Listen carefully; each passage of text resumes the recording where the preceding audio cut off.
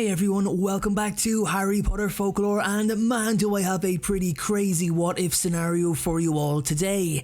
Now you've probably guessed by the title that we are going to change Harry's destiny today and work out what would actually happen if he turned evil and joined Voldemort.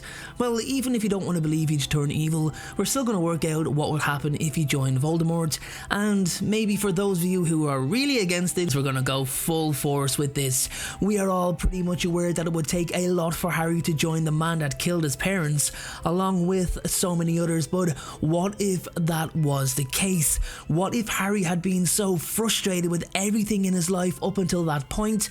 What if he carried huge resentment to those who hid him away from the Wizarding World and condemned him to the rather questionable upbringing? No, I can't even use that to describe it. Miserable. It was an absolute miserable upbringing for him, and Harry finally decides to claim power and become a commanding presence alongside the Dark Lord.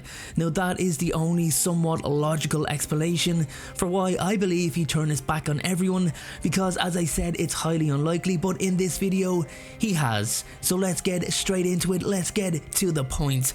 The final straw for Harry is realizing that he was just a pawn in Dumbledore's plan to defeat the Dark Lord. He was, as the quote goes, raised like a pig for slaughter. He feels as if he has no value to anyone, only to contribute to victory regardless of whether he lives or dies. He decides to proposition the Dark Lord, and to everyone's complete shock, the Dark Lord accepts.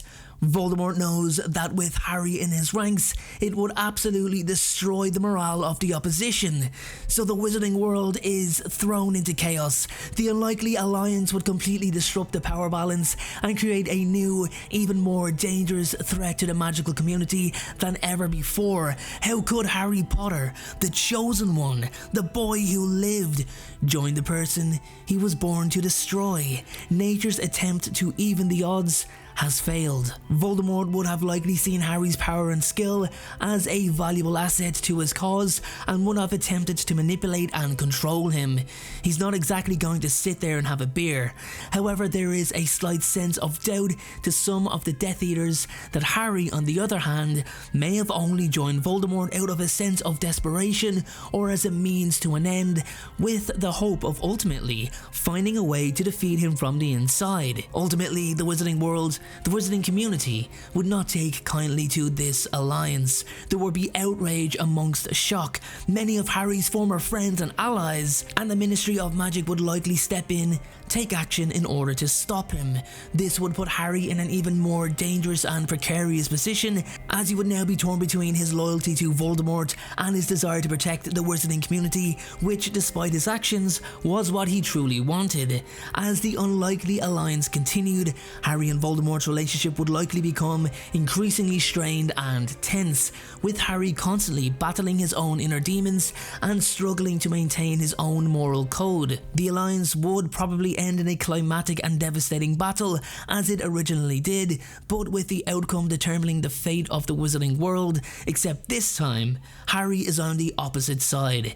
The union between he and Voldemort would have created a complex and hazardous situation, filled with so much uncertainty and tension, and would have had far-reaching consequences for the Wizarding World. Let's just continue to take a look at the reaction from everybody. So the Wizarding World would be thrown into a state of shock and confusion.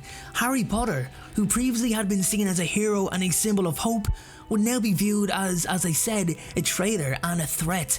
The Wizarding community would be completely divided, with many of Harry's former friends and allies feeling extremely confused, and others viewing his alliance with Voldemort as a desperate ploy to achieve a joint outcome.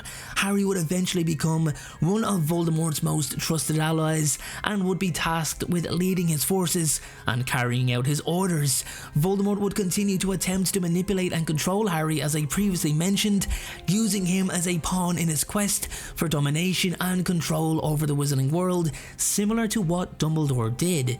However, Harry would not be easily controlled. Despite his dark union with Voldemort, Harry Potter would still have his own values and would likely to continue to struggle and reconcile these, maintaining his loyalty to Voldemort. He would struggle to absorb the knowledge that his actions may be causing harm and suffering to those he once swore to protect. He questioned himself multiple multiple times, but believed that what he was doing would bring a means to an end. So the Ministry of Magic would now begin to enforce action against Harry and Voldemort. I previously mentioned that they were considering it, they were going to have to step in, and now they are. They're taking action. So they see Harry and Voldemort's alliance as an even bigger threat to the wizarding world than ever before. They would work gathering their own forces, mobilise their auras in an effort to what was revealing itself to be a devastating impending loss. This would create a very dangerous situation, with Harry now caught in the middle and torn between two sides. He had Voldemort on one end and the people he once held most dear on the other. As the two wizards continued to work together, the media dubbed it as the Dark Union. Tensions would rise, and the previously strained relationship between Harry and Voldemort would now become stronger as several missions carried out under the latter's leadership were very successful, highly successful, earning the respect of several Death Eaters. However, despite this, Harry was the good guy for years. He fought Voldemort for years, so actions and motives would be constantly scrutinized, and he would be forced to constantly prove his loyalty to Voldemort on behalf of the Death Eaters, you could say. The Dark Lord, although pleased with Harry's contributions, would never see him as his equal. That was never going to happen. But when would victory be secure? When everyone is dead. Voldemort loudly proclaims to a rapturous response and a grin from Harry. Everyone on both sides would have seen their character tested, and it was certain that the course of history would be changed forever, along with the lives of all of those involved. Ron and Hermione can't bring themselves to accept the situation, which limits their effectiveness stopping Voldemort, because that means they have to stop Harry.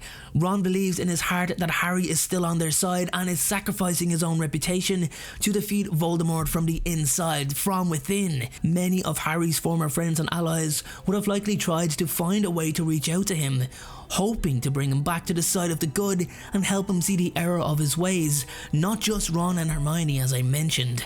Neville Longbottom, for example, cannot see the process, how Harry can stand beside the woman who tortured his parents, something he confided in to Harry.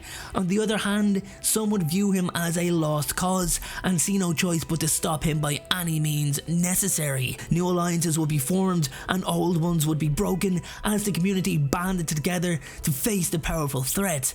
The Ministry of Magic would be forced to work with other magical organizations and communities to find a way to defeat Voldemort and Harry, a task that would require great sacrifice and courage. As I mentioned, the outcome of the conflict would have had far-reaching consequences for the wizarding world. What do I mean? Well, it's kind of impossible to predict exactly what would have happened, but it is clear that the wizarding world would have been forever altered by Harry's betrayal. Additionally, he would have been likely required to carry out further orders and actions that went against his own personal beliefs and values. This would have included killing or injuring individuals who were once his friends or allies, as well as engaging in acts of violence and destruction against the wizarding community.